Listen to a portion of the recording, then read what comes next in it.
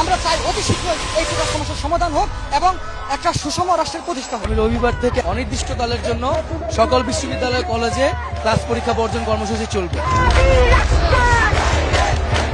আমাদের যত শিক্ষার্থী প্রতিনিধি রয়েছে তাদের সাথে সমন্বয় করব, গণসংযোগ করব, করে আমরা বুধবার কঠোর কর্মসূচি নিব।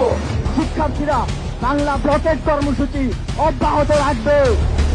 এই যে পরিপত্রের যে বৈধ অবৈধ যে খেলা, এই খেলা কিন্তু শেষ হচ্ছে না। আমরা চাই স্থায়ী সমাধান।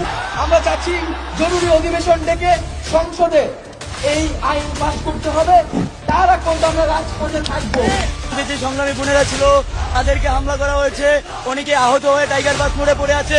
আগামীকাল বিকাল 4টায় সারা দেশের সকল ক্যাম্পাসে বিক্ষোভ মিছিল ও সমাবেশ অনুষ্ঠিত হবে। আমাদের কর্মসূচি থাকবে মহামান্য রাষ্ট্রপতি বরাবর স্মারকলিপি প্রদান এবং গণপদযাত্রা। শিক্ষার্থীরা এটাকে তাদের জন্য যৌক্তিক দাবি হিসেবে গ্রহণ করতেছে। যত বাধা আসছে, আন্দোলনের মাত্রা, তীব্রতা, ছাত্রদের অংশগ্রহণ অতীতে সব রেকর্ডে ছাড়িয়ে যাচ্ছে। ২৪ ঘন্টার মধ্যে একটা দৃশ্যমান পদক্ষেপ নেওয়া হোক এবং আমাদের সাথে আমাদের যে দাবি সেই দাবি পূরণ করা হোক।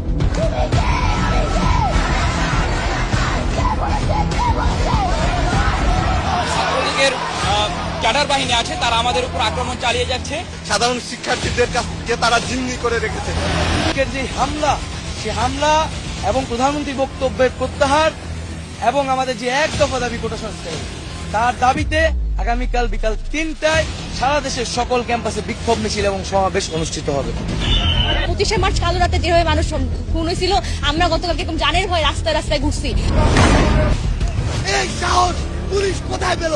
পুলিশকে এই ক্যাম্পাসে ঢুকার অনুমতি কে দিল? জানাজার পর আমরা চলে যাচ্ছি না, তাহলে আমাদের উপর কেন অ্যাটাক করা হলো? এই আক্রমণের জবাবদিহিতা কে দিবে? আমাদের ভাইকে কেন হত্যা করেছে? এই প্রশ্নের উত্তর যদি আবার হত্যা হয়, তাহলে সেই সরকার কি? দুইটা রক্ত মারিয়ে এসে আমরা কোনো সংলাপ করতে পারি না।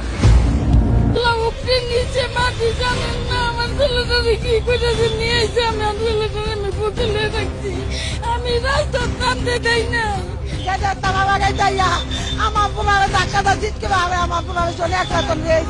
নাহিদ ইসলাম সহ বৈষম্য বিরোধী ছাত্র আন্দোলনের 3 সমন্বয়ককে রাজধানীর গণস্বাস্থ্যনগর হাসপাতাল থেকে তুলে নেওয়ার অভিযোগ উঠেছে। সবকিছুই তো আমাদের কনসার্নের বিষয়, তারা তো আমাদের শিক্ষার্থী, তাহলে তাদের খোঁজ আমরা না নিলে কে নিবে? সেই খবর আমাদেরকে নিশ্চয়ই কারো গাড়ি আটকিয়ে জিজ্ঞেস করতে হবে না। নিরস্ত্র প্রতিবাদকারীদের উপরে গুলি চলতে পারে না, যেটাকে ইংরেজিতে লাইভ রাউন্ড বলা হয়, সেটি করার কোনো সুযোগ নেই। ভাতের টেবিলে বসে ছবি তুলে এটাই করেন, আপনি কি এটা মস্করা পাইছেন? তারা এই হত্যাকাণ্ডের বিচার করবেন না, কারণ তারা নিজেরাই হত্যাকারী। যতদিন পর্যন্ত না এই ন্যায্য আন্দোলন বাস্তবায়ন হবে, রাস্তার পাশে অভিভাবক হিসাবে আমাদের পাবে। আমরা চোখের সামনে দেখলাম পুলিশের ইউনিফর্ম পরে গুলি করা হচ্ছে।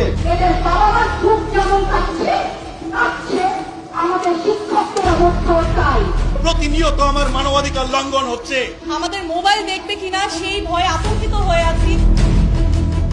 প্রতিটি ফোঁটা রক্তের হিসাব নিতে হবে।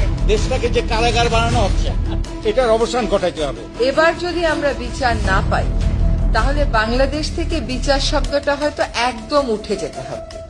মুখে মুখে একটা আওয়াজ উঠেছে, পুলিশ সরকার গদি ছাড়।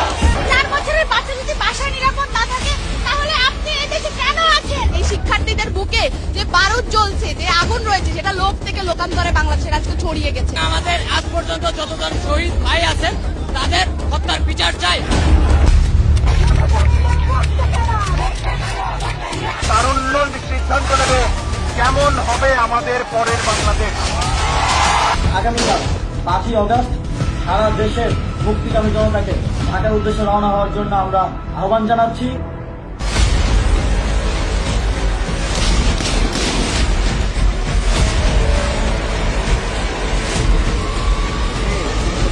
গণ অভ্যুত্থানে পতন হলো শেখ হাসিনা সরকারের। শেখ হাসিনা আজ রাষ্ট্রপতির কাছে পদত্যাগপত্র জমা দিয়েছেন। এখন একটা ইন্টারিম গভর্নমেন্ট ফোন করে পরিচালনা করতে